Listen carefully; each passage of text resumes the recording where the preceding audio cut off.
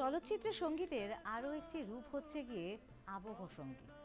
আগে এই আবহ সঙ্গীতের খুব একটা ব্যবহার ছিল না, কিন্তু আবহ সঙ্গীত বাণিজ্যিক ফিল্ম হোক বা আর্ট ফিল্ম একটি অন্য মাত্রা যোগ করে।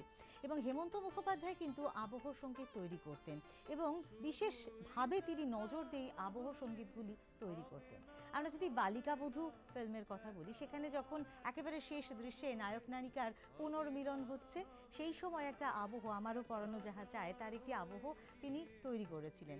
কিন্তু যেভাবে তিনি তৈরি করেছিলেন, যখন তরুণবাবু তিনি এই সুরটি ব্যবহার করছেন, তখন তিনি দেখলেন যে যখন মূল সঙ্গীতের সঙ্গে এটাকে জুড়ে দেওয়া হচ্ছে, তখন সাউন্ডটাকে কীরকম যেন একটা আস্তে আসছে, মানে সাউন্ডটা বাড়াতে হচ্ছে, কিন্তু তিনি খুব স্লো এমনভাবে করেছেন যাতে করে মনে হচ্ছে কখনো হয়তো শোনা যাচ্ছে না, কখনো হয়তো একটু আস্তে শোনা যাচ্ছে, এমনভাবে তিনি আবহটা তৈরি করেছিলেন।